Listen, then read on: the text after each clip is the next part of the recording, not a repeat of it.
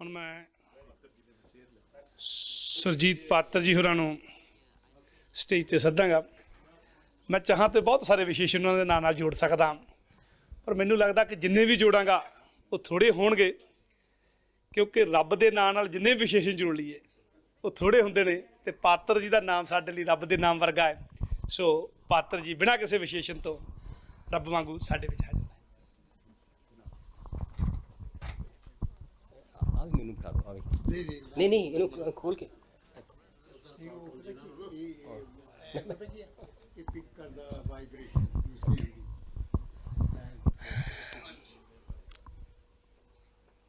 ਸੋ ਪਿਆਰੇ ਦੋਸਤੋ, ਵੀਰੋ, ਭੈਣੋ, ਬੱਚਿਓ, ਮੈਂ ਬਹੁਤ ਖੁਸ਼ਕਿਸਮਤ ਆਦਮੀ ਹਾਂ ਕਿ ਇੰਨੇ ਪਿਆਰੇ ਲੋਕਾਂ ਦੀ ਮਹਿਫਲ ਵਿੱਚ ਚਮਨ ਲਾਲ ਚਮਨ ਜੀ, ਬੀਨਾ ਵਰਮਾ ਜੀ, चेतन सिंह जी, साथी लुधियानवी और मेरे वीर दीदार परदेसी और खादिम साहब चन्नी जी, राणा जी, बलजीत सिंह मठारू जी और आलम तारा आलम साडा सारा परिवार, और मैं सिफतां दे भार थल्ले दब्बिया होया। और एक शेर किसी का मैनूं सुरजीत सखी एक पोएट है, ਉਹਦਾ शेर है शायरा ਦਾ। ਉਹ ਕਹਿੰਦੀ ਕਿ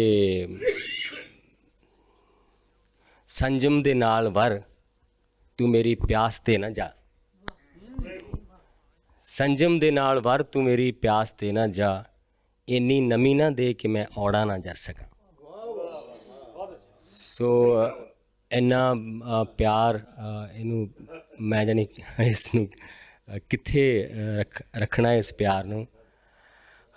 और मैनू जिमें एक लतीफ़ा पे फौजी ने खत लिखिया, कहता कि भी फौज से कहता मेरी फैमिली भेज दो, तो वो घर वाले मतलब देखते रहे भी कहते असीं बड़ा लभ्या, सानूं लभी नहीं फैमिली, रखी कित्थे है कहते।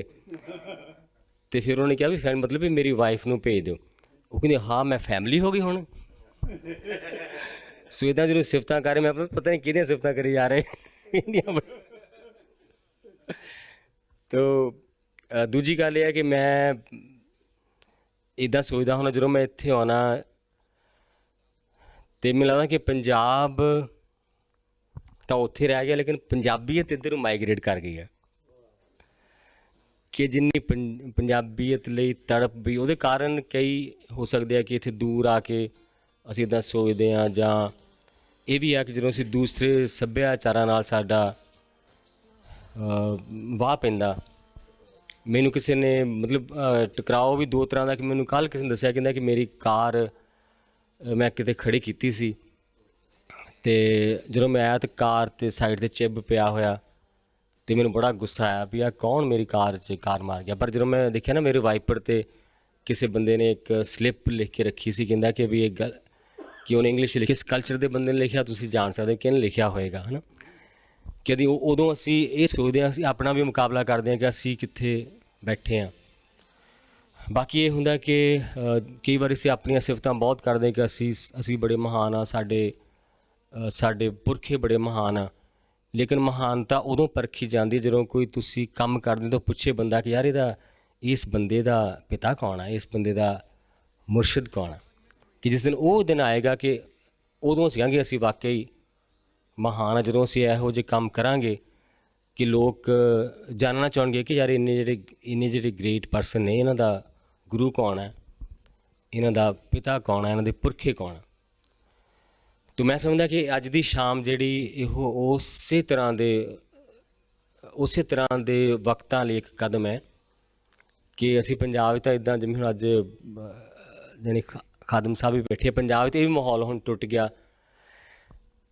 तो अज भी मैं चमन साहब नाल गल कर रहा सी कि पूरन सिंह दी मैं लाइन सुना रहा सी। वो कहंदे कि जो पूरन सिंह लिखते कि रांझा बालनाथ कोल गया जोग लैण लई, ते बालनाथ ने उहदे कन्नां 'च मुंदरां पा दित्तियां, कन्न पाड़ दित्ते, ते कहंदा कि हुण तूं इदां है कि भी बालके हुण तूं दुनिया दे राह ते नहीं जाना, तूं हुण तेरा रास्ता बिल्कुल सन्यास वाला, ਤੇ ਤੂੰ ਔਰਤਾਂ ਵੱਲ ਦੇਖਣਾ ਵੀ ਨਹੀਂ।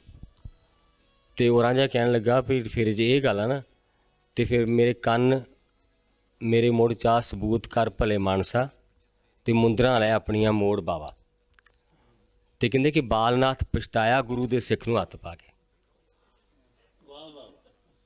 ਬਾਲਨਾਥ ਪਛਤਾਇਆ ਗੁਰੂ ਦੇ ਸਿੱਖ ਨੂੰ, ਯਾਨੀ ਇਹ ਇੱਕ ਸਮਝਣ ਵਾਲੀ ਗੱਲ ਹੈ ਕਿ ਅਸੀਂ ਕਈ ਵਾਰੀ, ਮੈਂ ਕਿਹਾ ਸੀ ਵੀ ਅਸੀਂ ਨਾਨਕ ਜਿੰਨੇ ਉੱਚੇ ਨਹੀਂ ਹੋ ਸਕਦੇ, ਅਸੀਂ ਨਾਨਕ ਨੂੰ ਆਪਣੇ ਜਿਹੜਾ ਕਰਨ ਦੀ ਕੋਸ਼ਿਸ਼ ਕਰਦੇ ਕਿ ਛੋਟਾ ਉਹਨੂੰ ਕਰ ਲਈਏ।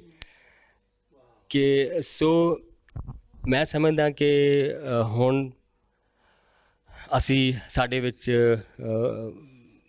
ਜਾਣੀ ਆਤਮ ਪੜਚੋਲ ਵੀ ਸ਼ੁਰੂ ਹੋਈ ਆ, ਔਰ ਬਹੁਤ ਖੁਸ਼ੀ ਦੀ ਇਹ ਗੱਲ ਹੈ ਕਿ ਫਿਰ ਮੈਂ ਇੱਕ ਗੱਲ ਰਿਪੀਟ ਕਰਾਂ ਕਿ ਹਰੇਕ ਸੱਭਿਆਚਾਰ ਦੇ ਤਿੰਨ ਪੱਧਰ ਮੰਨਦੇ ਹੁੰਦੇ ਕਿ ਇੱਕ ਪੱਧਰ ਉਹ ਹੈ ਜਿੱਥੇ ਸਾਡੇ ਸਿੱਖਿਆਵਾਂ ਹੁੰਦੀਆਂ ਕਿ ਇੱਦਾਂ ਨਹੀਂ ਕਰੀਦਾ, ਇੱਦਾਂ ਨਹੀਂ ਕਰੀਦਾ, ਐ ਨਹੀਂ ਕਰੀਦਾ, ਜਾਂ ਅਸੀਂ ਇੱਦਾਂ ਦੇ ਬੰਦੇ ਹਾਂ। ਦੂਆ ਪੱਧਰ ਜਿੱਥੇ ਅਸੀਂ ਜੀਣੇ ਹੁੰਦੇ ਹਾਂ ਕਿ ਸਾਡਾ ਵਿਵਹਾਰਕ ਅਮਲੀ ਸਾਡਾ ਪੱਧਰ ਹੁੰਦਾ, ਔਰ ਉਹਨਾਂ 'ਚ ਬਹੁਤ ਫਾਸਲਾ ਹੁੰਦਾ। ਅਤੇ ਅਸੀਂ ਮੰਨਦੇ ਕਿ ਵੱਡਾ ਸਮਾਜ ਉਹ ਆ ਜਿਹਦੇ ਵਿੱਚ ਉਹ ਫਾਸਲਾ ਘੱਟ ਤੋਂ ਘੱਟ ਹੈ, ਕਿ ਜਿੱਥੇ ਸਿੱਖਿਆ ਖੜੀ ਹੈ, ਜਿੱਥੇ ਅਮਲ ਖੜਾ, ਉਹ ਜਿੱਥੇ ਫਾਸਲਾ ਵੱਧ ਹੋਊਗਾ ਅਸੀਂ ਉਹਨੇ ਉਸ ਸਮਾਜ ਨੂੰ ਮਾੜਾ ਸਮਾਜ ਮੰਨਦੇ ਕਿ ਇਹਦੇ ਵਿੱਚ ਨੋਰਮੇਟਿਵ ਲੈਵਲ 'ਚ ਅਤੇ ਉਹ ਦੋਨੋਂ ਲੈਵਲਾਂ 'ਚ ਬਹੁਤ ਫਰਕ ਹੈ। ਔਰ ਤੀਜਾ ਲੈਵਲ ਅਸੀਂ ਮੰਨਦੇ ਕਿ ਜਿੱਥੇ ਰਿਫਲੈਕਟਿਵ ਲੈਵਲ, ਜਿੱਥੇ ਬੰਦੇ ਸੋਚਦੇ ਆ, ਜਿਸ 'ਚ ਰਾਈਟਰਸ ਆਉਂਦੇ ਆ, ਜਿਹਦੇ 'ਚ ਪੋਇਟਸ, ਪੇਂਟਰਸ, ਰਾਈਟਰਸ। ਸੋ ਅਸੀਂ ਅੱਜ ਸਾਰੇ ਉਸ ਲੈਵਲ ਦੇ ਬੰਦੇ ਇਕੱਤਰ ਹੋਏ ਹਾਂ, ਉਹਨਾਂ ਦੇ ਸਨਮੁਖ ਅਸੀਂ ਖੜ੍ਹੇ ਹਾਂ। ਔਰ ਮੈਂ ਪੰਜਾਬ ਬਾਰੇ ਮੈਂ ਸੋਚਦਾ ਨਾ ਕਿ ਮੈਂ ਇੱਕ ਛੋਟੀ ਜਿਹੀ ਕਵਿਤਾ ਲਿਖੀ ਸੀ ਪੰਜਾਬ ਬਾਰੇ, ਜਿਹਦੇ ਵਿੱਚ ਦੋਨੋਂ ਹੀ ਪਹਿਲੂ ਨੇ। ਕਿ ਮੈਂ ਕਿਹਾ ਸੀ ਕਿ ਮਾਤਮ, ਹਿੰਸਾ, ਖੌਫ, ਬੇਬਸੀ ਅਤੇ ਅਨਿਆਂ, ਇਹ ਨੇ ਅੱਜ ਕੱਲ੍ਹ ਮੇਰੇ ਪੰਜਾਂ ਦਰਿਆਵਾਂ ਦੇ ਨਾਂ। ਮਾਤਮ, ਹਿੰਸਾ, ਖੌਫ, ਬੇਬਸੀ ਅਤੇ ਅਨਿਆਂ, ਇਹ ਨੇ ਅੱਜ ਕੱਲ੍ਹ ਮੇਰੇ ਪੰਜਾਂ ਦਰਿਆਵਾਂ ਦੇ ਨਾਂ।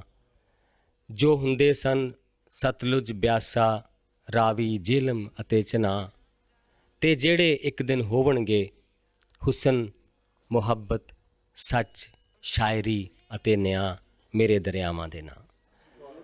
ਸੋ ਉਸ ਤਰ੍ਹਾਂ ਦੇ ਪੰਜਾਬ ਲਈ ਕੰਮ ਕਰਨ ਵਾਲੇ ਲੋਕਾਂ ਨੂੰ ਮੈਂ ਬਹੁਤ ਆਪਣਾ ਪਿਆਰ ਪੇਸ਼ ਕਰਦਾ। ਔਰ ਮੈਂ ਸਮਝਦਾ ਕਿ ਪੰਜਾਬ ਬੇਸ਼ੱਕ ਭੂਗੋਲਿਕ ਤੌਰ 'ਤੇ ਸੁੰਗੜ ਗਿਆ, ਪਰ ਅਸਲੀਅਤ 'ਚ ਇਹ ਬਹੁਤ ਫੈਲੇਗਾ ਔਰ ਫੈਲ ਰਿਹਾ। ਕਿਉਂਕਿ ਫੈਲਣ ਦਾ ਮਤਲਬ ਇਹ ਹੈ ਕਿ ਅਸੀਂ ਵੱਖ-ਵੱਖ ਖੇਤਰਾਂ 'ਚ ਚਮਕੀਏ। ਜਿਵੇਂ ਹੁਣ ਅੱਜ ਇੱਥੇ ਆ ਕੇ ਮੈਂ ਰੇਡੀਓ ਹੀ ਸੁਣਦਾ, ਮੈਨੂੰ ਲੱਗਦਾ ਕਿ ਵੀ ਉੱਥੇ ਨਾਲੋਂ ਵਧੀਆ ਗਾਣੇ ਇੱਥੇ ਸੁਣਾਏ ਜਾ ਰਹੇ ਆ, ਉੱਥੇ ਨਾਲੋਂ ਵਧੀਆ ਗੱਲਾਂ ਇੱਥੇ ਕੀਤੀਆਂ ਜਾ ਰਹੀਆਂ, ਲੋਕ ਉਹਦੇ 'ਚ ਹਿੱਸਾ ਲੈ ਰਹੇ ਆ, ਪਾਰਟੀਸਪੇਟ ਕਰ ਰਹੇ ਆ, ਸੋਚ ਰਹੇ ਆਪਣੇ ਆਪ ਬਾਰੇ। ਤਾਂ ਇੰਨੀਆਂ ਕੁ ਤਾਂ ਮੈਂ ਗੱਲਾਂ ਕਰਨੀਆਂ ਚਾਹੁੰਦਾ ਸੀ। ਅਤੇ ਮੈਂ ਤੁਹਾਨੂੰ ਦੋ ਨਜ਼ਮਾਂ ਜਿਹੜੀਆਂ ਮੈਂ ਆਪਣੇ ਤੌਰ 'ਤੇ ਜਿਹੜੀਆਂ ਨਵੀਆਂ ਨੇ ਉਹ ਮੈਂ ਤੁਹਾਨੂੰ ਸੁਣਾਉਣਾ ਚਾਹੁੰਦਾ। ਤਾਂ ਥੋੜ੍ਹੀਆਂ ਮੇਰੇ ਰੰਗ ਤੋਂ ਵੱਖਰੀਆਂ, ਜਾਣੀ ਮੇਰੇ ਪਹਿਲੇ ਰੰਗ ਤੋਂ ਵੱਖਰੀਆਂ ਨੇ। ਸੋ ਅਸੀਂ ਜਿਵੇਂ ਅੱਜ ਚਮਨ ਲਾਲ ਜੀ ਨਾਲ ਅਸੀਂ ਰੇਡੀਓ ਬਾਰੇ ਗੱਲਾਂ ਕਰ ਰਹੇ ਸੀਗੇ, ਤਾਂ ਇਹ ਮੇਰੀ ਜਿਹੜੀ ਕਵਿਤਾ ਇਹਦਾ ਨਾਮ ਹੈਗਾ TV ਚੈਨਲ ਬਦਲਦਿਆਂ।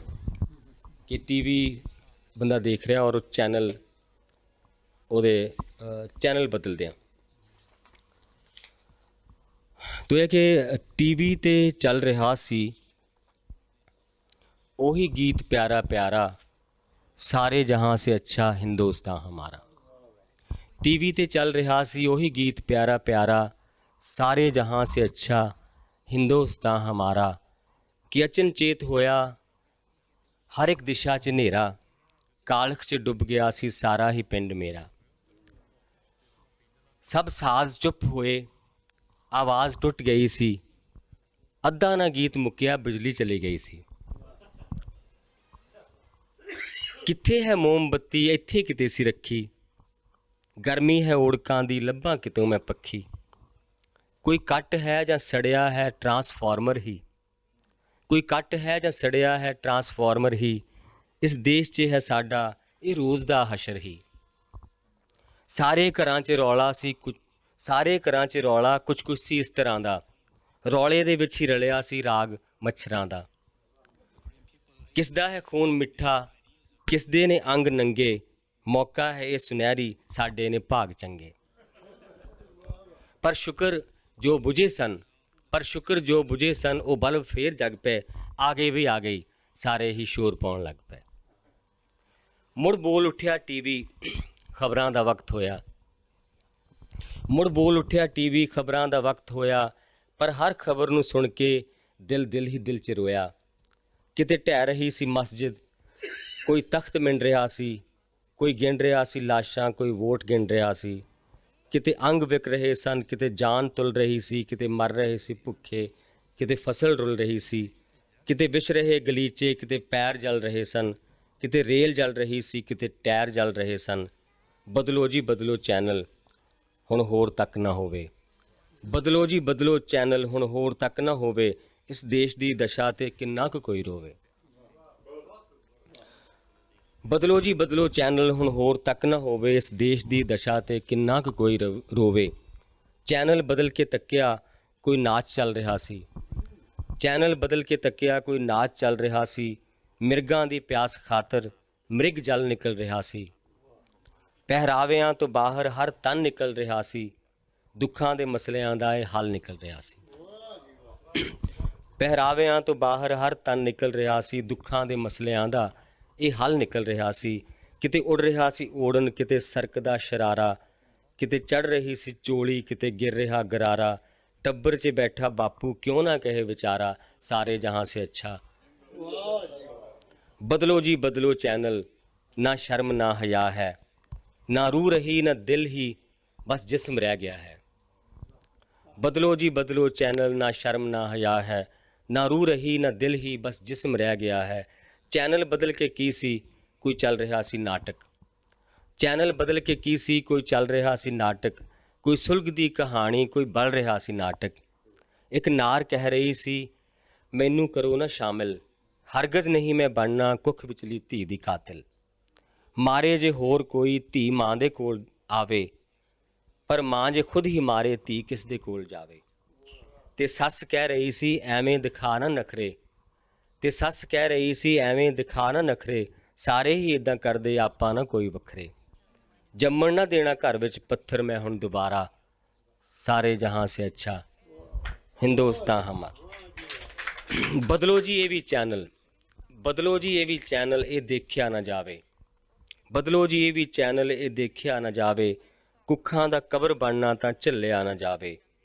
ਚੈਨਲ ਜਦੋਂ ਬਦਲਿਆ, ਦੋ ਸ਼ਖਸ ਕਹਿ ਰਹੇ ਸਨ। ਚੈਨਲ ਜਦੋਂ ਬਦਲਿਆ, ਦੋ ਸ਼ਖਸ ਕਹਿ ਰਹੇ ਸਨ। ਇੱਕ ਪਾਰਟੀ ਦੇ ਨੇਤਾ ਦੂਜੇ ਨੂੰ ਕਹਿ ਰਹੇ ਸਨ, ਤੂੰ ਵੀ ਤੇ ਖਾਧਾ ਪੁਲ ਦਾ ਸੀਮੈਂਟ ਲੋਹਾ ਸਾਰਾ, ਕੀ ਹੋਇਆ ਖਾ ਲਿਆ ਮੈਂ ਜੇ ਡੰਗਰਾਂ ਦਾ ਚਾਰਾ। ਬਦਲੋ ਜੀ ਇਹ ਵੀ ਚੈਨਲ, ਬਦਲੋ ਜੀ ਇਹ ਵੀ ਚੈਨਲ, ਨਿਤ ਨਿਤ ਦਾ ਉਹੀ ਰੋਣਾ, ਨੇਤਾ ਨੇ ਜਿਸ ਦੇ ਐਸੇ, ਉਸ ਦੇਸ਼ ਦਾ ਕੀ ਹੋਣਾ। ਬਦਲੇ ਬਥੇਰੇ ਚੈਨਲ, ਪਰ ਕੁਛ ਨਾ ਬਦਲਿਆ ਸੀ। ਹਰ ਥਾਂ ਮਹਾਨ ਭਾਰਤ ਵਿੱਚ ਇਹੀ ਚੱਲ ਰਿਹਾ ਸੀ। ਛੱਡੋ ਬਦਲਨੇ ਚੈਨਲ, ਬੰਦ ਕਰ ਦਿਓ ਇਹ ਟੀਵੀ, ਇਹ ਹਾਲ ਹੀ ਸਾਡੇ ਬਣ ਜਾਣ ਨਾ ਸਦੀਵੀ। ਉੱਠੋ ਕਿ ਉੱਠ ਕੇ ਆਪਾਂ ਇਸ ਦੇਸ਼ ਨੂੰ ਬਦਲੀਏ। ਉੱਠੋ ਕਿ ਉੱਠ ਕੇ ਆਪਾਂ ਇਸ ਦੇਸ਼ ਨੂੰ ਬਦਲੀਏ। ਕੀ ਦੇਖਦੇ ਹੋ ਮੁੜ ਮੁੜ ਚੈਨਲ ਬਦਲ ਬਦਲ ਕੇ। ਉੱਠੋ ਕਿ ਉੱਠ ਕੇ ਆਪਾਂ ਇਸ ਦੇਸ਼ ਨੂੰ ਬਦਲੀਏ। ਕੀ ਦੇਖਦੇ ਹੋ ਮੁੜ ਮੁੜ ਚੈਨਲ ਬਦਲ ਬਦਲ ਕੇ। ਹੁਣ ਹੱਲ ਲੱਭੀਏ ਕੋਈ, ਹੁਣ ਕਰੀਏ ਕੋਈ ਚਾਰਾ, ਸਾਰੇ ਦਿਲਾਂ 'ਚੋਂ ਫੁੱਟੇ ਪਾਵਨ ਪੁਨੀਤ ਧਾਰਾ। ਬੰਦੇ ਨੂੰ ਹੋਵੇ ਬੰਦੇ ਦਾ ਰੱਬ ਜਿਹਾ ਸਹਾਰਾ, ਹੋਠਾਂ 'ਤੇ ਫੇਰ ਥਿਰਕੇ ਉਹ ਗੀਤ ਪਿਆਰਾ ਪਿਆਰਾ। ਲੱਗੇ ਵੀ ਸਾਨੂੰ ਸੱਚਾ ਉਹ ਲਫ਼ਜ਼ ਲਫ਼ਜ਼ ਸਾਰਾ, ਸਾਰੇ ਜਹਾਂ ਸੇ ਅੱਛਾ ਹਿੰਦੁਸਤਾਨ ਹਮਾਰਾ। ਸੋ ਇਹ ਮੈਂ ਮਤਲਬ ਰੇਡੀਓ 'ਤੇ ਮੈਂ ਬਹੁਤ ਥੱਕ ਜਾਂ, ਪਰ ਟੀਵੀ 'ਤੇ ਤੋ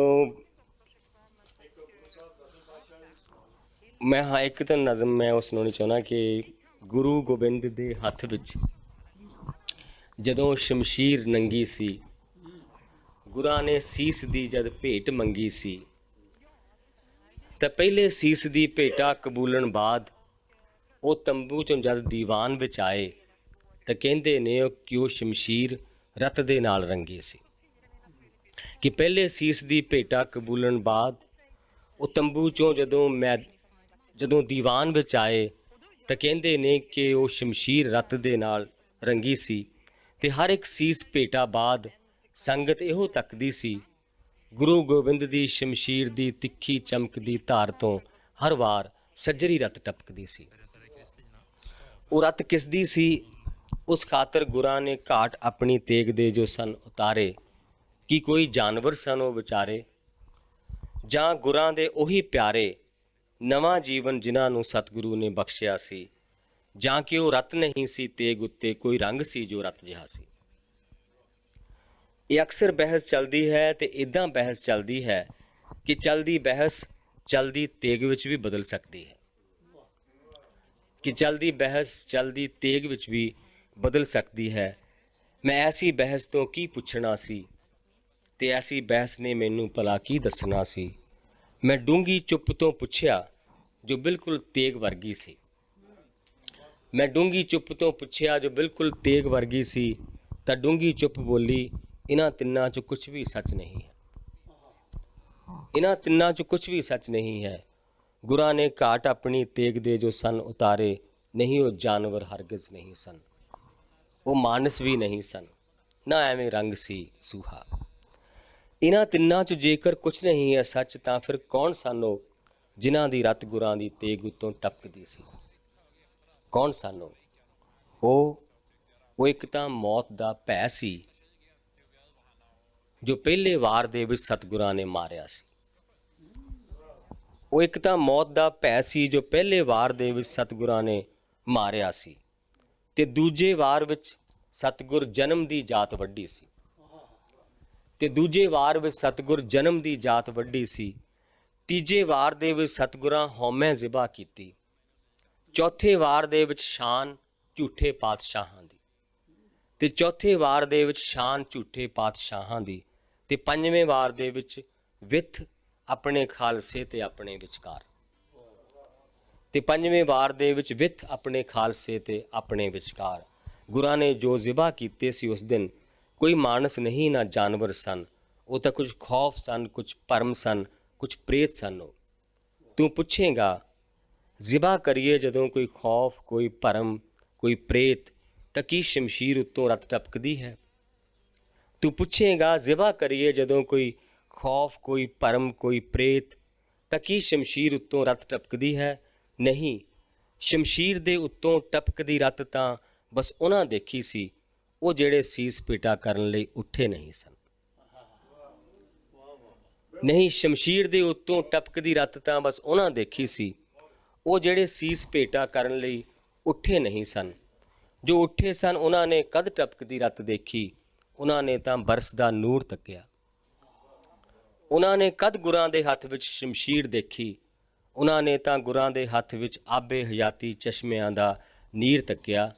ਰਬਾਬੀ ਤਾਰ ਦੇਖੀ, ਇਲਾਹੀ ਅੱਖਰਾਂ ਦੀ ਡਾਰ ਦੇਖੀ, ਤਾਰਿਆਂ ਦੀ ਕਤਾਰ ਦੇਖੀ, ਰੌਸ਼ਨੀ ਦੀ ਲੀਕ ਦੇਖੀ, ਤੇ ਜਾਂਦੀ ਜਨਮ ਤੇ ਮਿਰਤੂ ਦੇ ਦੇਸੋਂ ਪਾਰ ਸਦੀਆਂ ਤੀਕ ਦੇਖੀ। ਉਹਨਾਂ ਨੇ ਕਦ ਗੁਰਾਂ ਨੂੰ ਦੇਖਿਆ? ਉਹਨਾਂ ਤਾਂ ਦੇਖਿਆ ਇੱਕ ਛਲਕਦਾ ਹੋਇਆ ਮੁਹੱਬਤ ਦਾ ਸਮੁੰਦਰ। ਉਹਨਾਂ ਤਾਂ ਦੇਖਿਆ ਇੱਕ ਛਲਕਦਾ ਹੋਇਆ ਮੁਹੱਬਤ ਦਾ ਸਮੁੰਦਰ, ਤੇ ਦਰਿਆਵਾਂ ਦੇ ਵਾਂਗੂ ਉੱਠ ਤੁਰੇ ਪੰਜੇ ਮੁਹੱਬਤ ਦੇ ਸਮੁੰਦਰ ਵਿੱਚ ਮਿਲਣ ਖਾਤਰ। ਇੰਨਾ ਆਖ ਚੁੱਪ ਵਿੱਚ ਲੀਨ ਹੋ ਗਈ ਚੁੱਪ, ਪਰ ਬਹਿਸ ਹਾਲੇ ਵੀ ਚੱਲੇਗੀ, ਭਲਾ ਕਦ ਬਹਿਸ ਚੁੱਪ ਦੀ ਗੱਲ ਸੁਣਦੀ ਹੈ?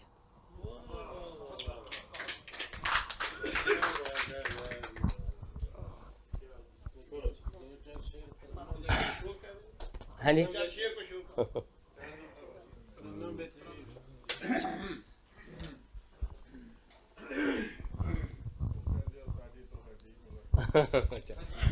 ਮੈਂ ਜਦੋਂ ਦੋ ਤਿੰਨ ਗਜ਼ਲਾਂ ਦੇ ਤੁਹਾਨੂੰ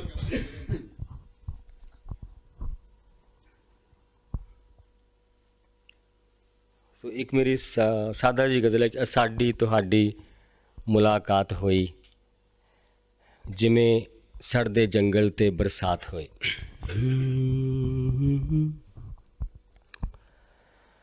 ਸਾਡੀ ਤੁਹਾਡੀ ਮੁਲਾਕਾਤ ਹੋਈ, ਜਿਵੇਂ ਸੜਦੇ ਜੰਗਲ ਤੇ ਬਰਸਾਤ ਹੋਈ। बरसात हो। सिचारे दिशा रात ही रात हुई,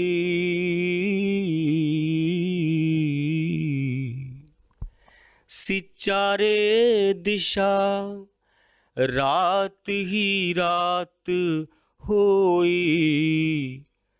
तेरा मुखड़ा दिसिया तां प्रभात हो। तू तकिया तां रुखां नूं फुੱਲ पै गए सन, तू तकिया तां रुखां नूं फुੱਲ पै गए सन, मेरे तकदे तकदे करामात हो। मैं लफ्ज़ां च उस दा ही अनुवाद कीता, मैं लफ्ज़ां च उस दा ही अनुवाद कीता, जो रुखां ते पौना च गलबात हो, जो रुखां ते पौना च गलबात हो। ओना कु खुरिया पिघलिया ते रुलिया, ओना ही खुरिया पिघलिया ते रुलिया, है जिन्नी कु जिस जिस दी औकात हो, है जिन्नी कु जिस जिस दी औकात हो। और खादम साहब एक शेर मैं इन्हां वास्ते, ओदे नैना विचों मेरे हंजू सिम्मे, ओदे नैना विचों मेरे हंजू सिम्मे, अजब गल ख्वातीनो हजरात हो, अजब गल ख्वातीनो हजरात हो। रगां राग होइयां, रगां राग होइयां, लहू लफ्ज बनिया, रगां राग होइयां, लहू लफ्ज बनिया, कवि दी ते कविता दी एक जात हो, कवि दी ते कविता दी एक जात हो। साडी तुहाडी मुलाकात हो, जिमें सड़दे जंगल ते बरसात होई, बरसात हो। एक मैं तुम्हें और गज़ल सुनना, वो मेरी गज़ल है कि मैं राहां ते नहीं तुरदा, मैं तुरदा हाँ तां राह बनदे, युगां तक काफले आउंदे, मेरे सच दे गवाह बनदे। सो एक दे च ਉਹ ਮੈਂ ਨਹੀਂ ਹੈਗਾ, ਉਹ ਤਾਂ ਚਲੋ ਹੁਣ ਤੁਸੀਂ ਪੂਰਾ ਬੰਦਾ ਮਾਨਵਤਾ ਲੈ ਸਕਦੇ ਆ ਜਾਂ ਕੁਛ ਵੀ। ਅਤੇ ਔਰ ਇਸ ਗਜ਼ਲ 'ਚ ਇੱਕ ਆਪਣੇ ਆਪ ਨਾਲ ਵੀ ਡਾਇਲੋਗ ਹੈ, ਉਹ ਤੁਹਾਨੂੰ ਕੁਛ। मैं राहां ते नहीं तुरदा, मैं तुरदा हाँ तां राह बनदे, युगां तो काफिले आउंदे, किसे सच दे गवाह बनदे। जो लो मत्थे चों फुटदी है, ओ असली ताज हुंदी है, जो लो मत्थे चों फुटदी है, ओ असली ताज हुंदी है, तवी दे तख्त ते बैके ही ਤਵੀ ਦੇ ਤਖਤ ਤੇ ਬਹਿ ਕੇ ਹੀ ਸੱਚੇ ਪਾਤਸ਼ਾਹ ਬਣਦੇ। ਮੈਂ ਰਾਹਾਂ ਤੇ ਨਹੀਂ ਤੁਰਦਾ।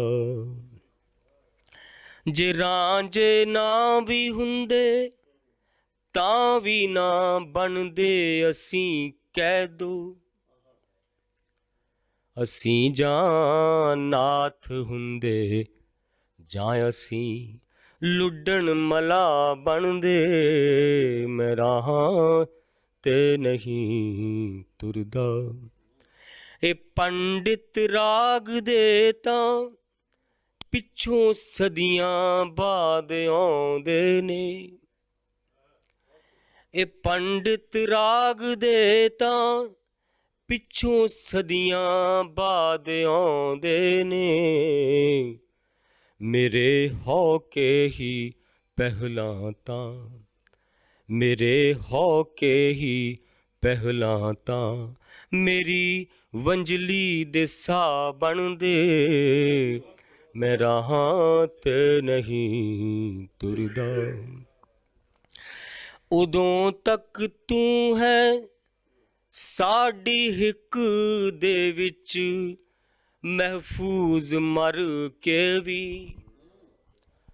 ਉਦੋਂ ਤੱਕ ਤੂੰ ਹੈ ਸਾਡੀ ਹਿੱਕ ਦੇ ਵਿੱਚ ਮਹਿਫੂਜ਼ ਮਰ ਕੇ ਵੀ।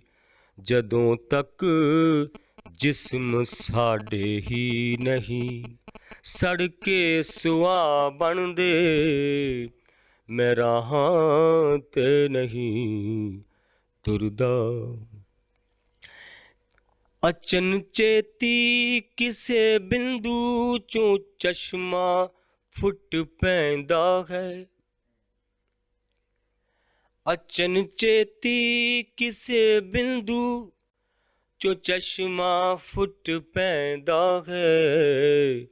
ਇਹ ਦਾਵੇਦਾਰ ਦਾਵੇਦਾਰ ਐਵੇਂ ਖਾਮਖਾ ਬਣਦੇ। ਮੈਂ ਰਾਹਾਂ ਤੇ ਨਹੀਂ ਤੁਰਦਾ। ਔਰ ਸ਼ੇਰ ਹੈ ਕਿ ਬੰਦੇ ਨੂੰ ਦੁੱਖ 'ਚ ਕਿਹਦਾ ਸਹਾਰਾ ਹੁੰਦਾ। ਮੈਂ ਇੱਕ ਸ਼ੇਰ 'ਚ ਕਿਹਾ ਕਿ ਫਕੀਰਾਂ ਦੇ ਸੁਖਨ ਕੁਛ ਯਾਰ ਕੁਛ ਤਾਰੀਖ ਦੇ ਮੰਜ਼ਰ। ਫਕੀਰਾਂ ਦੇ ਸੁਖਨ ਕੁਛ ਯਾਰ ਕੁਛ ਤਾਰੀਖ ਦੇ ਮੰਜ਼ਰ। ਜਦੋਂ ਮੈਂ ਜ਼ਖਮ ਖਾ ਲੈਣਾ ਮੇਰੀ ਖਾਤਰ ਪਨਾਹ ਬਣਦੇ। ਮੈਂ ਰਾਹਾਂ ਤੇ ਨਹੀਂ ਤੁਰਦਾ। ਕਦੀ ਦਰਿਆਏ ਕੱਲਾ ਤੈਅ ਨਹੀਂ ਕਰਦਾ ਦਿਸ਼ਾ ਆਪਣੀ। ਕਦੀ ਦਰਿਆਏ ਕੱਲਾ ਤੈਅ ਨਹੀਂ ਕਰਦਾ ਦਿਸ਼ਾ ਆਪਣੀ। ਜ਼ਿਮੀਂ ਦੀ ਢਾਲ ਜਲਦਾ ਵੇਗ ਹੀ ਰਲ ਮਿਲ ਕੇ ਰਾਹ ਬਣਦੇ। ਜ਼ਿਮੀਂ ਦੀ ਢਾਲ ਜਲਦਾ ਵੇਗ ਹੀ। ਔਰ ਮਕਤਾ ਪੇਸ਼ ਹੈ। ਹਮੇਸ਼ਾ ਲੋਚਿਆ ਬਣਨਾ ਤੁਹਾਡੇ ਪਿਆਰ ਦੇ ਪਾਤਰ। ਹਮੇਸ਼ਾ ਲੋਚਿਆ ਬਣਨਾ ਤੁਹਾਡੇ ਪਿਆਰ ਦੇ ਪਾਤਰ। ਕਦੀ ਨਾ ਸੋਚਿਆ ਆਪਾਂ ਕਿ ਉਹ ਬਣਦੇ ਜਾਂ ਬਣਦੇ। ਮੈਂ ਰਾਹਾਂ ਦੇ ਨਹੀਂ ਤੁਰਦਾ। ਸੋ ਬਹੁਤ ਬਹੁਤ ਸ਼ੁਕਰੀਆ।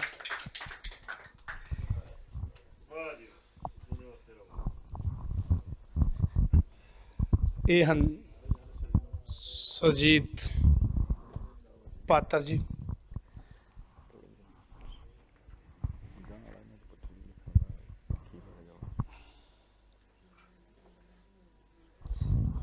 ਇਹ ਹਨ ਸੁਰਜੀਤ ਪਾਤਰ ਜੀ। ਇਹਨਾਂ ਬਾਰੇ ਕੁਛ ਕਹਿਣ ਦੀ ਲੋੜ ਵੀ ਨਹੀਂ, ਪਰ ਆਲਮ ਜੀ ਨੇ ਇੱਕ ਆਖਿਆ ਕਿ ਇਹਨਾਂ ਕੋਲ ਕੁਛ ਪੁੱਛ ਲਈਏ ਜ਼ਰੂਰ। ਅਗਾਂਹ ਕੀ ਲਿਖ ਰਿਹਾ ਉਹ। ਉਹਦੇ ਬਾਰੇ ਕੁਝ ਚੰਦ ਕੁ ਲਫ਼ਜ਼ਾਂ ਦੇ ਵਿੱਚ, ਚੰਦ ਕੁ ਮਿੰਟਾਂ ਦੇ ਵਿੱਚ ਕੋਈ ਗੱਲਾਂ ਸਾਂਝੀਆਂ ਕਰ ਰਹੇ।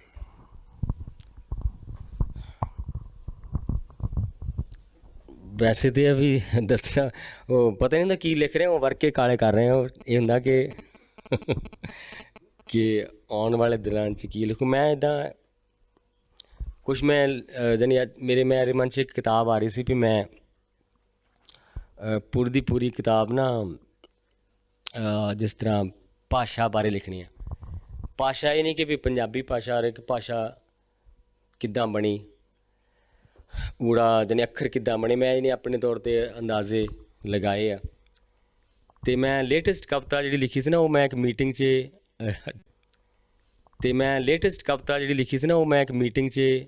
ਅਟੈਂਡ ਕਰਨ ਗਿਆ ਪਟਿਆਲੇ। ਅਤੇ ਉਹ ਸੀ ਕਿ ਅੰਗਰੇਜ਼ੀ ਸ਼ਬਦ ਪੰਜਾਬੀ ਡਿਕਸ਼ਨਰੀ 'ਚ ਲੈ ਕੇ ਆਉਣੇ ਸੀ ਵੀ ਕਿਹੜੇ ਕਿਹੜੇ ਲਫ਼ਜ਼ ਨਵੇਂ ਆ ਰਹੇ। ਅਤੇ ਮੈਂ ਇੱਕ ਬਹੁਤ ਥੋੜ੍ਹੀ ਮਜ਼ਾਕੀਆ ਜਿਹੀ ਕਵਿਤਾ, ਮਾੜਕੂ ਜਿਹਾ ਕਵੀ ਆਪਣੀ ਟੰਗ ਅੜਾ ਕੇ ਬਹਿ ਗਿਆ, ਆਖੇ ਮੈਂ ਨਹੀਂ ਆਉਣ ਦੇਣੇ ਇਹਨੇ ਅੰਗਰੇਜ਼ੀ ਸ਼ਬਦ ਪੰਜਾਬੀ ਸ਼ਬਦਕੋਸ਼ ਵਿੱਚ। ਉਹ ਆਉਣ ਦੇ ਕਵੀਆ ਆਉਣ ਦੇ, ਅੰਦਰੋਂ ਭਾਸ਼ਾ ਵਿਗਿਆਨੀ ਬੋਲਿਆ, ਨਾ ਆਉਣ ਦੇ ਆਪਣੀ ਕਵਿਤਾ ਵਿੱਚ ਡਿਕਸ਼ਨਰੀ ਵਿੱਚ ਤਾਂ ਆਉਣ ਦੇ। ਅਤੇ ਉਹ ਕਹਿੰਦਾ ਕਿ ਅੱਗੇ ਨਹੀਂ ਆਏ ਰੇਡੀਓ, ਟੈਲੀਵਿਜ਼ਨ, ਇੱਦਾਂ ਉਹਨੇ ਬਹੁਤ ਸਾਰੇ ਲਫ਼ਜ਼ ਗਿਣੇ ਹੈ ਨਾ, ਔਰ ਟੈਸਟ ਟਿਊਬ, ਉਹ ਤਾਂ ਤੇਰੀ ਕਵਿਤਾ ਵਿੱਚ ਵੀ ਆ ਗਿਆ। ਅਤੇ ਉਹ ਕਵੀ ਕਹਿੰਦਾ ਕਿ ਵੀ ਇਹ ਕੋਈ ਲਫ਼ਜ਼ ਥੋੜ੍ਹੀ ਨੇ, ਇਹ ਤਾਂ ਚੀਜ਼ਾਂ ਨੇ। ਚੀਜ਼ਾਂ ਨੂੰ ਮੈਂ ਕਦੋਂ ਰੋਕਦਾ, ਆ ਜਾਵੇ ਇਨਕੂਬੇਟਰ, CD, VCD ਸਭ ਕੁਝ, ਪਰ ਜਦੋਂ ਤੁਸੀਂ ਐਗਰੀਮੈਂਟ ਦੇ ਹੁੰਦਿਆਂ, ਜਦੋਂ ਤੁਸੀਂ ਇਕਰਾਰਨਾਮੇ ਦੇ ਹੁੰਦਿਆਂ ਐਗਰੀਮੈਂਟ ਨਾਲ ਅੱਖ ਮਟੱਕਾ ਕਰਦੇ ਹੋ ਤਾਂ ਮੈਨੂੰ ਜ਼ਰੂਰ ਨਾਰਾਜ਼ਗੀ ਆਉਂਦੀ ਆ। ਕਿਹੜੇ ਲਫ਼ਜ਼ ਆਲਰੇਡੀ ਹੁੰਦੇ ਆ ਕਿ ਭਈ ਛੜਿਆਂ ਨੂੰ ਲਿਆ ਦਿਓ, ਭਾਵੇਂ ਮੇਮਾ ਭਾਵੇਂ ਕੁਦੇਸਣਾ, ਪਰ ਵਸਿਆ ਰਸਿਆਂ ਦੇ ਘਰਾਂ 'ਚ ਕਿਉਂ ਪੁਆੜੇ ਪਾਉਂਦੇ ਹੋ। ਤਾਂ ਫਿਰ ਉਹ ਕਹਿੰਦਾ ਕਿ ਕਵੀਆ ਤੈਨੂੰ ਪਤਾ ਨਹੀਂ ਕਿ ਤੂੰ ਜਿਹੜੀ ਉਹ ਕਵਿਤਾ ਇੱਦਾਂ ਅੱਗੇ ਉਹ ਕਹਿੰਦਾ ਕਿ ਬਈ ਅਸਲ ਗੱਲ ਇਹ ਹੈ ਕਿ ਅਸੀਂ ਭਾਸ਼ਾ ਵਿਗਿਆਨੀ ਨਹੀਂ ਕੁਛ ਕਰਦੇ, ਭਾਸ਼ਾ ਵਿਗਿਆਨੀ ਇਹ ਖੋਜ ਕਰਦੇ ਕਿ ਕੋਈ ਲਫ਼ਜ਼ ਕਿੰਨੀ ਵਾਰੀ ਕੌਣ ਬੰਦੇ ਬੋਲਦੇ ਆ। ਵੀ ਜਾ ਤੂੰ ਲੋਕਾਂ ਦੇ ਮੂੰਹ ਫੜ, ਅਖਬਾਰਾਂ ਨਾਲ ਲੜ, ਵੀ ਜਿਹੜੇ ਮੱਕੀ ਦੇ ਰੋਡ, ਆਬੂ, ਖਿੱਲਾਂ ਖਾਣ ਦੀ ਥਾਂ ਪੌਪਕੌਰਨ ਖਾਣ ਨੂੰ ਤਰਜੀਹ ਦਿੰਦੇ ਆ। ਕਹਿੰਦੇ ਤਾਂ ਕਵੀ ਨੂੰ ਪਤਾ ਲੱਗਾ ਕਿ ਅਸਲ ਵਿੱਚ ਕਿੱਥੇ ਹੋ ਰਹੀ ਹੈ ਭਾਸ਼ਾ ਦੀ ਲੜਾਈ। ਤਾਂ ਕਵੀ ਨੂੰ ਪਤਾ ਲੱਗਾ ਕਿ ਅਸਲ ਵਿੱਚ ਕਿੱਥੇ ਹੋ ਰਹੀ ਹੈ ਭਾਸ਼ਾ ਦੀ ਲੜਾਈ। ਤਾਂ ਜਾ ਕੇ ਕਵੀ ਨੇ ਆਪਣੀ ਟੰਗ ਹਟਾਈ ਅਤੇ ਕਹਿਣ ਲੱਗਾ ਲੰਘ ਆਓ ਭਾਈ ਜਿਹੜੇ ਕਰਦੇ ਆ ਕੁਆਲੀਫਾਈ। ਸੋ ਇਹ 'ਚ ਮੈਂ ਫਿਰ ਉਹ ਇੱਕ ਲੰਬੀ ਕਵਿਤਾ 'ਚ ਮੈਂ ਨਿਹੰਗਾਂ ਦੇ, ਮੈਂ ਕਿਹਾ ਵੀ ਕਿਸੇ ਵੇਲੇ ਨਿਹੰਗਾਂ ਨੇ ਕਣਕ ਨੂੰ ਰੂਪ ਕੌਰ ਕਿਹਾ, ਮੱਕੀ ਨੂੰ ਬਸੰਤ ਕੌਰ ਕਿਹਾ, ਵੀ ਉਦੋਂ ਸਾਡੀ ਭਾਸ਼ਾ ਜਾਂ ਦਰਖਤ ਨੂੰ ਸਬਜ਼ ਮੰਦਰ ਕਿਹਾ, ਕਿ ਉਸ ਜਿੱਥੇ ਭਾਸ਼ਾ ਸਾਡੀ ਲੜ ਰਹੀ ਸੀ ਔਰ ਭਾਸ਼ਾ ਤੁਹਾਡੀ ਤਾਕਤ ਬਣ ਰਹੀ ਸੀ। ਕਿ ਕਿੱਦਾਂ ਉਹ ਸਿਰਫ ਆਪਣਾ ਦਿਲ ਲਾਉਣ ਲਈ ਨੀਂਦ ਨੂੰ ਧਰਮਰਾਜ ਦੀ ਧੀ ਕਹਿੰਦੇ ਸੀਗੇ, ਕਿ ਧਰਮਰਾਜ ਦੀ ਧੀ ਮੁੱਠੀਆਂ ਚਾਪੀਆਂ ਕਰਦੀ ਰਹੀ।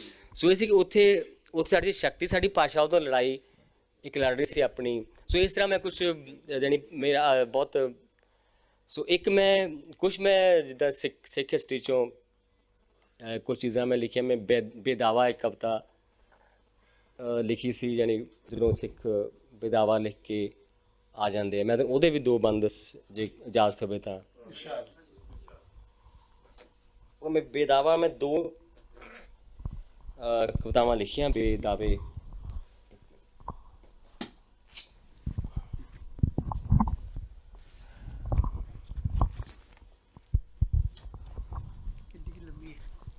ਉਹ ਲੰਬੀ ਆ, ਮੈਂ ਥੋੜੀ ਸੁਣਾਉਂਗਾ। हाँ 2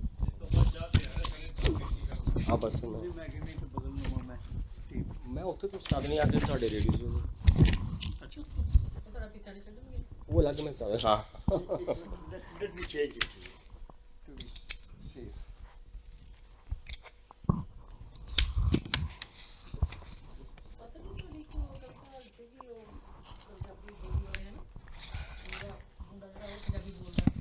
ਉਹ ਜਿਹੜੀ ਹਾਂ ਮੈਂ ਉਹ ਵੀ ਸੁਣਾ।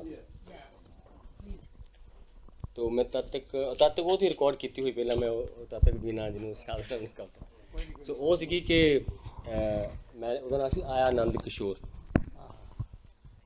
मैं कविता होर भी पई हमारे वैसे लिखी है, वो मैं फिर सुनाऊंगा। हम कुछ बंदे को नवा रहना भी चाहिए, बाद सुनाओ आके।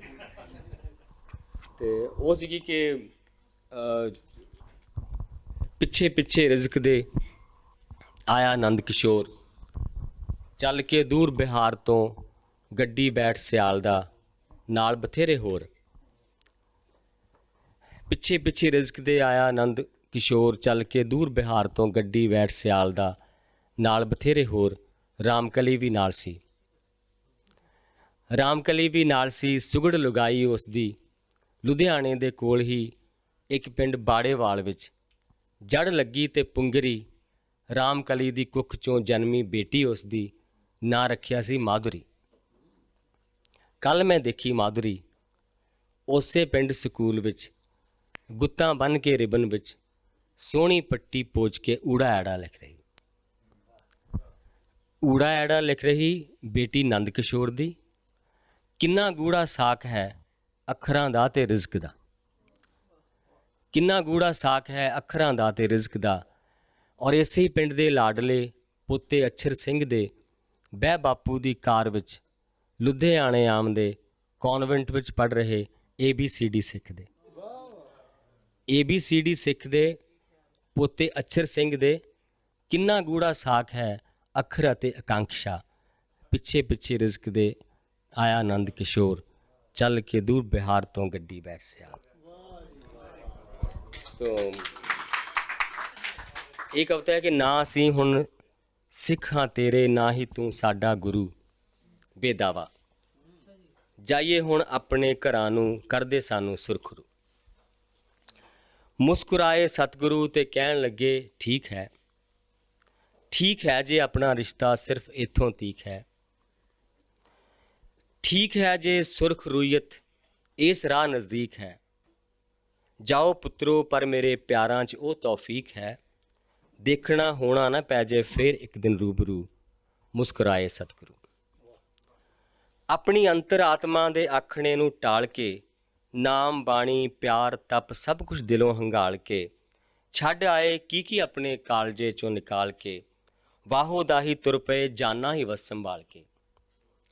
ਪਹਿਲੀ ਵਾਰੀ ਇਸ ਤਰ੍ਹਾਂ ਦੀ ਯਾਤਰਾ ਹੋਈ ਸ਼ੁਰੂ, ਨਾ ਸੀ ਹੁਣ ਸਿੱਖਾਂ ਤੇਰੇ, ਨਾ ਹੀ ਤੂੰ ਸਾਡਾ ਗੁਰੂ। ਤੋਰ ਵਿੱਚ ਤੇਜ਼ੀ ਤਾਂ ਸੀ ਪਰ ਦਿਲ ਦੇ ਵਿੱਚ ਉਤਸ਼ਾਹ ਨਾ ਸੀ। ਤੋਰ ਵਿੱਚ ਤੇਜ਼ੀ ਤਾਂ ਸੀ ਪਰ ਦਿਲ ਦੇ ਵਿੱਚ ਉਤਸ਼ਾਹ ਨਾ ਸੀ। ਸੀਨੇ ਵਿੱਚ ਚੱਲਦਾ ਜਿਵੇਂ ਆਰਾ ਜਿਹਾ ਸੀ, ਸਾਹ ਨਾ ਸੀ। ਅੰਗ ਸੰਗ ਇੱਕ ਖੌਫ ਸੀ, ਸਾਈਂ ਉਹ ਬੇਪਰਵਾਹ ਨਾ ਸੀ। ਪੈਰ ਤਾਂ ਆਪਣੇ ਹੀ ਸਨ, ਆਪਣਾ ਹੋਇਆ ਪਰ ਰਾਹ ਨਾ ਸੀ। ਪੈਰ ਤਾਂ ਆਪਣੇ ਹੀ ਸਨ, ਆਪਣਾ ਹੋਇਆ ਪਰ ਰਾਹ ਨਾ ਸੀ। ਇਸ ਤਰ੍ਹਾਂ ਦੇ ਰਾਹ ਤੇ ਦੱਸ ਕਿੰਨਾ ਕੁ ਚਿਰ ਰਾਹੀ ਤੁਰੂ। ਨਾ ਅਸੀਂ ਹੁਣ ਸਿੱਖਾਂ ਤੇਰੇ, ਨਾ ਹੀ ਤੂੰ ਸਾਡਾ ਗੁਰੂ। ਜਦ ਘਰੀਂ ਆਏ ਘਰਾਂ ਨੇ ਇਉਂ ਉਹਨਾਂ ਨੂੰ ਦੇਖਿਆ, ਜਦ ਘਰੀਂ ਆਏ ਘਰਾਂ ਨੇ ਇਉਂ ਉਹਨਾਂ ਨੂੰ ਦੇਖਿਆ। ਸ਼ੀਸ਼ਿਆਂ ਨੇ ਜਿਸ ਤਰ੍ਹਾਂ ਬੇਚਿਹਰਿਆਂ ਨੂੰ ਦੇਖਿਆ। ਜਦ ਘਰੀਂ ਆਏ ਘਰਾਂ ਨੇ ਇਉਂ ਉਹਨਾਂ ਨੂੰ ਦੇਖਿਆ। ਸ਼ੀਸ਼ਿਆਂ ਨੇ ਜਿਸ ਤਰ੍ਹਾਂ ਬੇਚਿਹਰਿਆਂ ਨੂੰ ਦੇਖਿਆ। ਜਿਸ ਤਰ੍ਹਾਂ ਅੱਖਾਂ ਨੇ ਟੁੱਟੇ ਸੁਪਨਿਆਂ ਨੂੰ ਦੇਖਿਆ, ਜਿਉਂ ਕਿਸੇ ਭਾਸ਼ਾ ਨੇ ਝੂਠੇ ਫਿਕਰਿਆਂ ਨੂੰ ਦੇਖਿਆ। ਜਿਸ ਤਰ੍ਹਾਂ ਬੇਗੈਰਤਾਂ ਵੱਲ ਦੇਖਦੀ ਹੈ ਆਬਰੂ। ਮਾਈ ਭਾਗੋ ਕਹਿਣ ਲੱਗੀ ਖਤਮ ਹੋ ਗਈ ਜੰਗ ਕੀ। ਮਾਈ ਭਾਗੋ ਕਹਿਣ ਲੱਗੀ ਖਤਮ ਹੋ ਗਈ ਜੰਗ ਕੀ। ਖਤਮ ਹੋ ਗਈ ਜਾਂ ਤੁਹਾਡੀ ਅਣਖ ਗੈਰਤ ਸੰਗ ਕੀ। ਮੁੱਕ ਗਏ ਨੇ ਖੂਨ ਵਿੱਚੋਂ ਉਲਫਤਾਂ ਦੇ ਰੰਗ ਕੀ। ਇਹ ਕਹਾਣੀ ਕੀ ਬਣੀ ਸਾਕਾ ਏ ਕੀ ਪ੍ਰਸੰਗ ਕੀ। ਕੀ ਕਹਾਂਗੇ ਬੱਚਿਆਂ ਨੂੰ ਜਦ ਕੋਈ ਪੁੱਛਿਆ ਕਰੂ। ਕੀ ਕਹਾਂਗੇ ਬੱਚਿਆਂ ਨੂੰ ਜਦ ਕੋਈ ਪੁੱਛਿਆ ਕਰੂ। ਧਰਤ ਹੀ ਰੋਂਦੀ ਹੈ ਜਦ ਫਿਰ ਆਪਣਾ ਆਪਣਾ ਘਰ ਹੈ ਕੀ। ਧਰਤ ਹੀ ਰੋਂਦੀ ਹੈ ਜਦ ਫਿਰ ਆਪਣਾ ਆਪਣਾ ਘਰ ਹੈ ਕੀ। ਜਲ ਰਿਹਾ ਹੈ ਜਗਤ ਤਾਂ ਇਹ ਆਪਣਾ ਆਪਣਾ ਦਰ ਹੈ ਕੀ। ਪੌਣ ਹੈ ਬਿਮਾਰ ਤਾਂ ਸਾਹਾਂ ਦੀ ਇਹ ਸਰਸਰ ਹੈ ਕੀ। ਜੀਣ ਮਾਤਮ ਹੋ ਗਿਆ ਫਿਰ ਮੌਤ ਕੋਲੋਂ ਡਰ ਹੈ ਕੀ। ਮਰ ਗਿਆ ਈਮਾਨ ਤਾਂ ਫਿਰ ਜੀ ਕੇ ਕੋਈ ਕੀ ਕਰੂ। ਨਾ ਅਸੀਂ ਹੁਣ ਸਿੱਖ ਹਾਂ ਤੇਰੇ, ਨਾ ਹੀ ਤੂੰ ਸਾਡਾ। ਔਰ ਆਖਰੀ ਇਹਦਾ ਬਣਦਾ ਕਿ ਖੌਫ ਸੰਗ ਮਰਿਆਂ ਲਈ ਇਹ ਬੋਲ ਅੰਮ੍ਰਿਤ ਹੋ ਗਏ। ਖੌਫ ਸੰਗ ਮਰਿਆਂ ਲਈ ਇਹ ਬੋਲ ਅੰਮ੍ਰਿਤ ਹੋ ਗਏ। ਸ਼ਬਦ ਬਾਣਾ ਨਾਲ ਉਹ ਸਭ ਫਿਰ ਜੀਵਤ ਹੋ ਗਏ। ਟੁੱਟ ਗਏ ਇਕਰਾਰ ਸਨ ਜੋ ਫਿਰ ਸਾਬਤ ਹੋ ਗਏ। ਸਤਿਗੁਰੂ ਦੇ ਪਿਆਰ ਨੂੰ ਉਹ ਫਿਰ ਅਰਪਿਤ ਹੋ ਗਏ। ਫਿਰ ਜਗੀ ਜੋਤੀ ਇਲਾਹੀ ਨੂਰ ਦਿਸਿਆ 400। ਔਰ ਇਹਦਾ ਦੂਜਾ ਪਾਰਟ ਮੈਂ ਇਦਾਂ ਲਿਖਿਆ ਕਿ ਉਹ ਮੈਂ ਜ਼ਿਆਦਾ ਸਮਝਦਾ ਕਿ ਉਹਦੀ ਇੰਪੋਰਟੈਂਸ ਕਿ ਉਹ ਹੈ ਕਿ ਹਰ ਵਾਰੀ ਯਾਰੋ ਬੇਦਾਵੇ ਕਾਗਜ਼ ਤੇ ਨਹੀਂ ਲਿਖੇ ਜਾਂਦੇ। ਹਰ ਵਾਰੀ ਯਾਰੋ ਬੇਦਾਵੇ ਕਾਗਜ਼ ਤੇ ਨਹੀਂ ਲਿਖੇ ਜਾਂਦੇ, ਨਾ ਖੌਫ ਤੇ ਦੁੱਖ ਸੰਗ ਸੁਲਗਦਿਆਂ ਬੋਲਾਂ ਦੇ ਨਾਲ ਕਹੇ ਜਾਂਦੇ। ਉਹ ਲੋਕ ਤਾਂ ਸੱਚੇ ਸਨ ਜਿਹੜੇ ਲਿਖ ਕੇ ਬੇਦਾਵਾ ਦੇ ਗਏ ਸਨ। ਉਹ ਲੋਕ ਤਾਂ ਸੱਚੇ ਸਨ ਜਿਹੜੇ ਲਿਖ ਕੇ ਬੇਦਾਵਾ ਦੇ ਗਏ ਸਨ, ਤੇ ਫਿਰ ਸਿਆਹੀ ਦੇ ਹਰਫਾਂ ਨੂੰ ਰੱਤ ਆਪਣੀ ਦੇ ਸੰਗ ਧੋ ਗਏ ਸਨ। ਅਸੀਂ ਛੱਡ ਦੁਖੀਆਂ ਨੂੰ ਸਿਸਕਦਿਆਂ, ਅਸੀਂ ਛੱਡ ਦੁਖੀਆਂ ਨੂੰ ਸਿਸਕਦਿਆਂ ਨਿਤ ਆਪਣੇ ਆਪਣੇ ਘਰ ਜਾਈਏ। ਇਹ ਵੀ ਤਾਂ ਇੱਕ ਬੇਦਾਵਾ ਹੈ ਜੋ ਪੈਰਾਂ ਦੇ ਸੰਗ ਲਿਖ ਜਾਈਏ। ਇਹ ਵੀ ਤਾਂ ਇੱਕ ਬੇਦਾਵਾ ਹੈ ਜੋ ਪੈਰਾਂ ਦੇ ਸੰਗ ਲਿਖ ਜਾਈਏ। ਹਰ ਪੈੜ ਹੀ ਅੱਖਰ ਹੋਈ ਹੈ, ਹਰ ਪੈੜ ਹੀ ਅੱਖਰ ਹੋਈ ਹੈ, ਹਰ ਰਸਤਾ ਵਰਕਾ ਹੋਇਆ ਹੈ। ਲੱਗਦਾ ਹੈ ਸਾਰੀ ਧਰਤੀ ਤੇ ਬੇਦਾਵਾ ਲਿਖਿਆ ਹੋਇਆ।